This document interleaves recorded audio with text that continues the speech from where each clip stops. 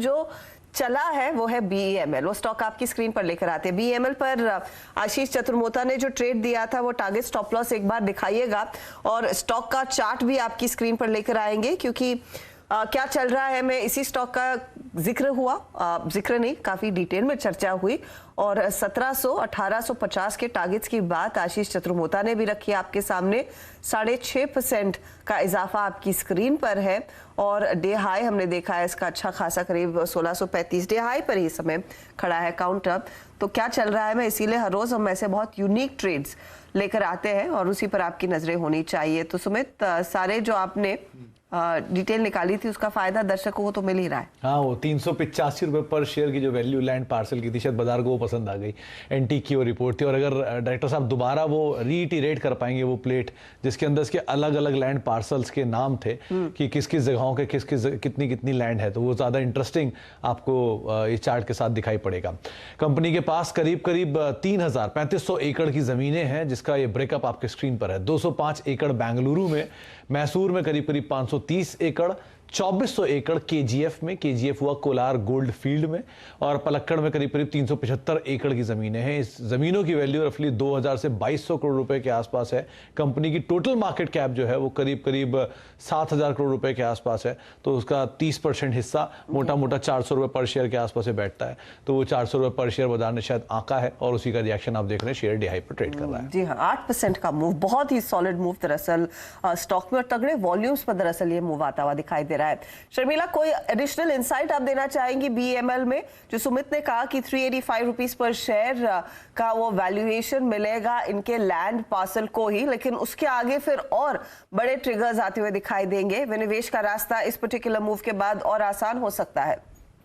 Absolutely, I think जो चीज आपने कही ना, मेरा फोकस उस पर रहेगा, बिकॉज इस तरह के लैंड पार्सल्स एक्चुअली काफी PSU स्टॉक्स के पास है। तो एक तो चीज I think you will see probably action on such other stocks जिनके पास भी लैंड पार्सल है, और इस तरह का रूट अगर एक कंपनी सक्सेसफुली ले सकती है then we may see others follow suit. And I think जो चीज आपने कही कि जो डिसइन्वेस्टमेंट प्राइवेटाइजेशन की जो बात है that will pick up steam. और एक इंपॉर्टेंट चीज सुमित ने कही, that was about their employee count, और उसको किस तरह से इसमें एड्रेस किया जाता है, बिकॉज ये 2-3 बड़े कंसर्न्स है सभी PSU बैंक्स को कि उनके पास लैंड पार्सल्स है, how do you separate that from the business, कितना उनमें यूज हो रहा है, वो किस वैल्यू पे, कैसे उनको वैल्यूएशन देने का, then the disinvestment after that, और disinvestment के समय किस तरह का वर्कफोर्स आपके पास है, क्योंकि सभी के यूनियन है, तो how do you work your way around that.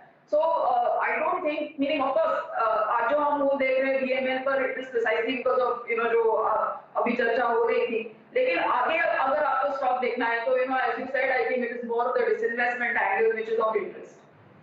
Investment angle वो एक बड़ा एंगल है और उस विनिवेश की चर्चा तो खूब सालों से हम कर रहे हैं। अब मामला आगे बढ़ता हुआ दिखाई देगा। अच्छा आशीष चतुर्मोता, आपका पहला टारगेट तो हिट हो गया, 1700 जो आपने कहा था, 1765 पहले जो स्टॉप लॉस आपने रखवाया था वो 1520 का था, बताइए कितना ऊपर ले जाए अभी से? बिल्कुल, तो जो दूसरे टारगेट की हमने बात की थी 1800, वो मेरे ख्याल से अभी 1776 का हाई तो स्टॉक ने बना ही चुका है। मेरे हिसाब से स्टॉप लॉस आपको लगाना चाहिए अब यहाँ पे 1690 का। 1690 के स्टॉप के सामने 1850 तक की एक ट्रेजेक्ट्री मुझे लगता है, जो पोजिशनली हमने टारगेट की बात की थी, वो आपको बहुत ही शॉर्ट टर्म में आते हुए नजर आ सकता है। ये मेरा आपकी स्क्रीन पे सुमित की अगर आप देखें रिसर्च, सुमित का आकलन, और ये क्या चल रहा है मैं आज BEML आपकी स्क्रीन पे डे हाई पर 1754, सुपर स्विंग इस स्टॉक में। अब एक काम करते हैं, यहाँ पे मिड कैप फंडा आज का ले लेते हैं, हमारा 4 का चौका का खास सेगमेंट। देखिए 2 ट्रेड्स बाकी हैं, मिड कैप फंडा और आज का FNO सुपरस्टार। पहले शर्मिला जी के पास चलते हैं। शर्मिला, क्या पिक कर रही हैं आप आज? मिड कैप में आपको क्या इंप्रेस कर रहा है जिसको आप चेज करना चाहेंगे अभी? थोड़ी देर पहले आप स्टॉक की बात कर रहे थे विच इज इंफ्रास्ट्रक्चर गैस, तो जो रिसेंट न्यूज है उसके फेवर में, दैट नॉटविथस्टैंडिंग अगर आप देखें तो ये एक ऐसा स्टॉक है जो काफी करेक्ट भी हुआ है और उसके साथ साथ उसके नतीजे भी अच्छे आए हैं। तो एक तो स्टॉक में करेक्शन हुआ है, दूसरे नतीजे अच्छे हैं, और तीसरी बड़ी चीज जो मेरे हिसाब से इस स्टॉक के लिए बहुत अहम हो जाती है कि गवर्नमेंट का काफी थ्रस्ट रहा है to push gas, not just for vehicles but even for industrial use. तो मेरे हिसाब से जो पूरा गैस प्ले है वो एक पॉजिटिव सेक्टर बन जाता है। और इस तरह की अगर बात चलती है, नॉट जस्ट जिस तरह से पॉजिटिव पॉलिसी खबरें आ रही है, तो वो स्टॉक को और आगे ले जा सकती है। So Indraprastha gas, I think that's a stock that can be acquired from a longer term perspective. आपको पसंद है और 408 पे शर्मिला जी, आप यकीन मानिए महंगा बिल हम चुका रहे हैं और पसंद आपकी है IGL 408.70 पर। कोई बात दिक्कत की बात नहीं है। चलते हैं मानस जी के ट्रेड की तरफ। आज का FNO सुपरस्टार है मानस, क्या ट्रेड है बताइए।